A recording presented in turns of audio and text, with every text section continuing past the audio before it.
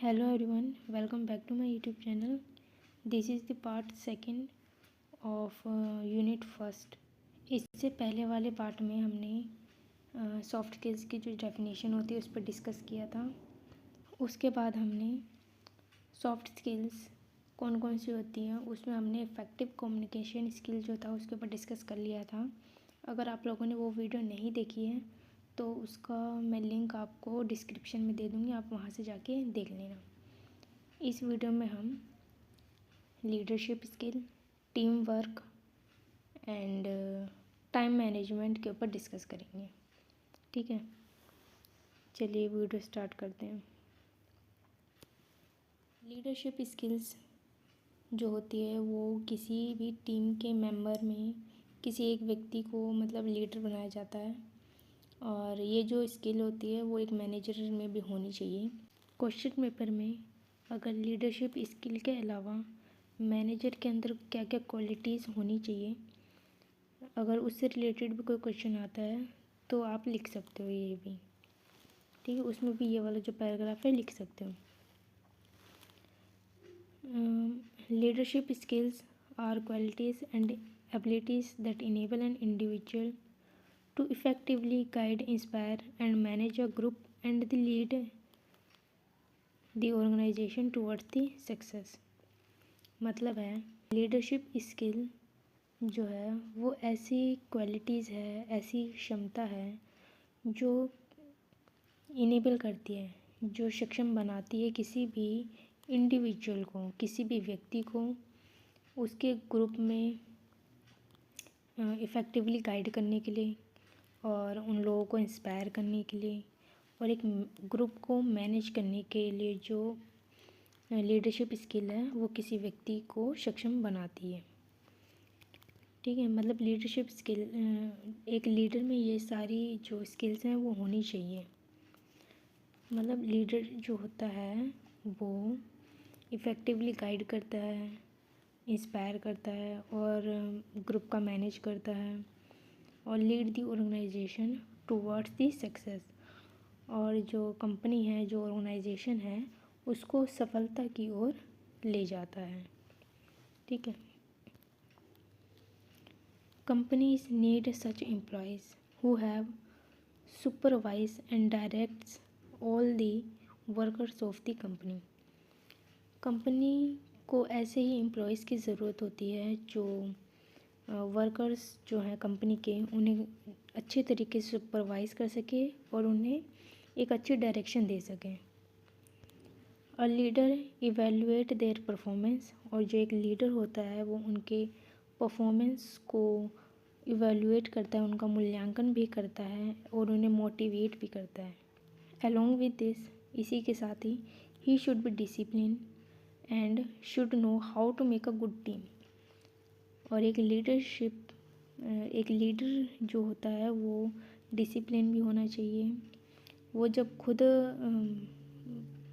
अनुशासन में रहेगा तभी तो उसको देखकर उसकी टीम के जो लोग हैं, जो कंपनी के वर्कर्स हैं, वो भी मोटिवेट होंगे, है ना.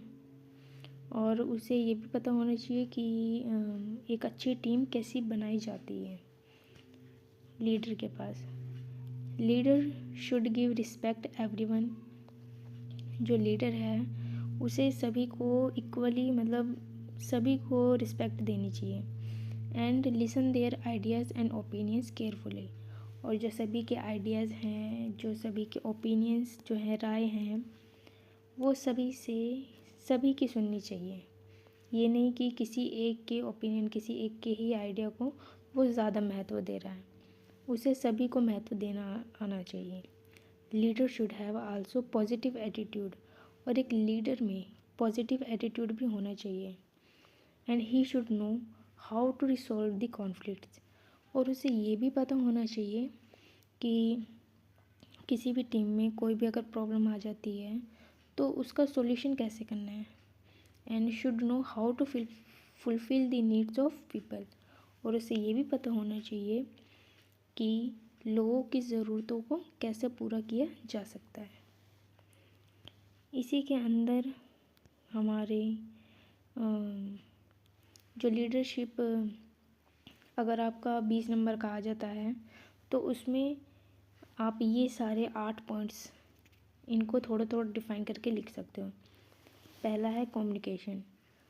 एक लीडरशिप में अच्छी कम्युनिकेशन जब तक नहीं होगी तो वो बात कैसे करेगा लोगों से। उसमें एक अच्छी कम्युनिकेशन स्किल होनी चाहिए। एंड सेकंड है डिसीजन मेकिंग, और उसे अच्छे तरीके से निर्णय लेने आना चाहिए। थर्ड है एम्पैथी। एम्पैथी का मतलब होता है कि इमोशनली जो लोगों से मतलब लोगों के इमोशंस का भी ध्यान रख सके। इन सब में आप थोड़े थोड़े पॉइंट्स बना के लिख देना, ठीक है।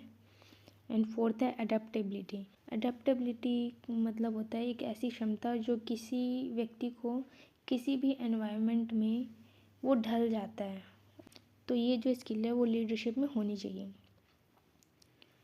एंड फिफ्थ है प्रॉब्लम सॉल्विंग। लीडर को प्रॉब्लम सॉल्व करना भी आना चाहिए। सिक्स्थ है विज़न। उसका जो गोल है, विज़न है, वो बिल्कुल क्लियर होना चाहिए कि हमें इतने टाइम में ये गोल हमें अचीव करना है। एंड सेवन्थ है पॉजिटिव एटीट्यूड। पॉजिटिव एटीट्यूड भी होना चाहिए। एट्थ है डिसिप्लिन। ये सभी पॉइंट्स आप थोड़े थोड़े डिफ़ाइन करके लिख दोगे, वो 20 नंबर का हो जाएगा आराम से। 4 पेज में लिखना होता है आपको, ठीक है। 20 नंबर का क्वेश्चन आपको 4 पेज में लिखना होता है। तो इन सभी पॉइंट्स को आप थोड़ा थोड़ा डिफ़ाइन करके लिख देना, ठीक है। आपका ये लीडरशिप कंप्लीट हो जाएगा। आई होप आपको ये लीडरशिप स्किल्स जो है वो समझ में आ गया होगा। अगर कोई डाउट है तो प्लीज़ आप कमेंट में पूछ सकते हैं। चलिए अब हम टीम वर्क क्या होता है उसके ऊपर डिस्कस कर लेते हैं। Team work. टीम वर्क में जो टीम है, जो पर्टिकुलर वर्ड है उसको भी पूरा डिफाइन मतलब किया गया है कि टी फॉर होता है together, E for everyone, A for achieve and M for more. मतलब सभी लोग एक साथ मिलकर ज़्यादा अचीव करते हैं, वो टीम को डिफाइन करता है। आगे देखते हैं। Team means group of people. Team का मतलब क्या है? लोगों का group. In team work every member of the team works together. किसी भी टीम में सभी लोग एक साथ काम करते हैं। And tries to achieve common goals, और जो कॉमन गोल है उसे अचीव करने का प्रयास करते हैं। Team work is a cooperative process that allows ordinary people to achieve extra ordinary result. जो टीम वर्क है वो एक कोऑपरेटिव प्रोसेस है, मतलब एक दूसरे का सहयोग जब लोग करते हैं, वो एक ऐसा तरीका है जो अलाउ करता है ऑर्डिनरी पीपल को एक्स्ट्रा ऑर्डिनरी रिजल्ट अचीव करने में। Every member of the team has their own skills, knowledge, ideas and everyone comes from different background cultures. जो टीम के जो मेंबर हैं उनके सभी के पास अपनी अपनी स्किल्स होती है, नॉलेज होती है, सभी के आइडियाज़ होते हैं अलग अलग। और जो टीम के जो सभी लोग हैं वो अलग अलग बैकग्राउंड, अलग अलग कल्चर से आते हैं। तो एक टीम में इन सभी लोगों का एक साथ काम करना बहुत ही ज़रूरी हो जाता है। And everyone has different perspective, और सभी के अलग अलग दृष्टिकोण होते हैं। तो सभी का एक साथ मिलकर काम करना, जो अलग अलग बैकग्राउंड से आए हैं, कल्चर से आए हैं, ये बहुत ही इम्पोर्टेंट हो जाता है, ठीक है। In team every person contribute according to their skill, knowledge and ability. किसी भी टीम में हर कोई अपनी नॉलेज, अपनी स्किल और अपनी क्षमताओं के हिसाब से योगदान देता है। It is important to have coordination with member of the team. और बहुत ही ज़रूरी हो जाता है कि सभी जो लोग हैं टीम के, उनमें सहयोग की भावना बनी रहे, सो दैट पर्टिकुलर पर्पस और goal can be achieve by team. So इसलिए जो टीम के जो लोग हैं वो एक पर्टिकुलर पर्पस, जो पर्टिकुलर जो गोल है, उसे इजीली अचीव कर सकते हैं।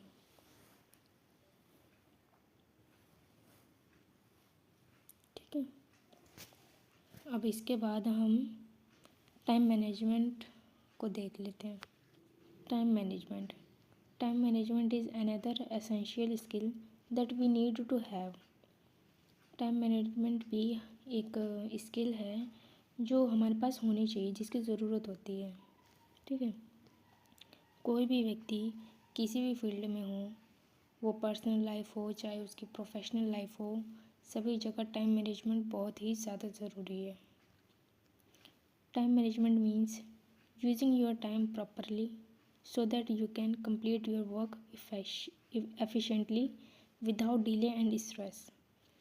टाइम मैनेजमेंट का मतलब होता है अपने जो टाइम है उसे पूरी तरीके से प्रॉपरली यूज़ करना और अपने जो काम को प्रभावी तरीके से बिना किसी स्ट्रेस और बिना किसी डिले के कंप्लीट करना। It is a important skill that helps a person understand his priority and achieve his goals. और ये बहुत ही महत्वपूर्ण स्किल है जो किसी भी व्यक्ति को उसके गोल्स को अचीव करने में मदद करती है। It includes setting goals, prioritising tasks, make plan and scheduling work and set time to achieve goal. और इसमें हमारा गोल को सेट करना आना चाहिए। मतलब टाइम मैनेजमेंट का मतलब क्या है, इसमें क्या क्या इंक्लूड कर सकते हैं हम। पहला तो हमें अपने गोल पता होना चाहिए, गोल को सेट करूँ। सेकंड, प्रायोरिटाइजिंग टास्क, मतलब अपने जो काम हैं उन्हें प्राथमिकता देते हुए प्लान को बनाना चाहिए। मतलब कौन सा काम हमारे लिए ज़्यादा ज़रूरी है तो उसे ही हमें पहले करना चाहिए। ठीक है, and set a time to achieve goal. और जो भी हमने गोल बनाया है, जो भी हम गोल अचीव करना चाहते हैं, उसमें एक टाइम सेट कर दो कि हमें मतलब तब तक ये जो गोल है हमें अचीव करना है। ठीक है, मैं इसके लिए बहुत ही जो बेनिफिशियल जो तरीका है वो टू डू लिस्ट है। आप जो टू डू लिस्ट है वो डेली बेस पे बना सकते हो, वीकली भी बना सकते हो, मंथली भी बना सकते हो। जो टू डू लिस्ट बनाकर आप अपने short term goals and long term goals जो है उन्हें ईज़िली अचीव कर सकते हो। Good time management maintains balance between personal and professional life. एक अच्छा टाइम मैनेजमेंट जो है वो आपकी पर्सनल एंड प्रोफेशनल लाइफ को बैलेंस बनाता है दोनों में। Good time management can helps reduce your stress, improve productivity and enhance the quality of the work। And एक अच्छा टाइम मैनेजमेंट यदि आप करते हैं तो वो आपको आपका जो स्ट्रेस है उसे रिड्यूस करने में मदद करता है और आपका जो प्रोडक्टिविटी है उसको भी इम्प्रूव करता है और आपकी जो काम करने की जो क्वालिटी है उसको भी बढ़ाता है। ठीक है, ये हो गया हमारा टाइम मैनेजमेंट। आई होप आपको अब ये वीडियो अब हम यहीं एंड करते हैं। इसके बाद हमारे 2-3 पॉइंट्स और रह गए हैं सॉफ्ट स्किल्स के, उसके ऊपर नेक्स्ट वीडियो में हम डिस्कस करेंगे। आई होप आपको ये तीनों पॉइंट्स क्लियर हो गए होंगे। अगर आपको कोई डाउट्स हैं तो प्लीज़ कमेंट में पूछ सकते हैं। And thank you for watching this video.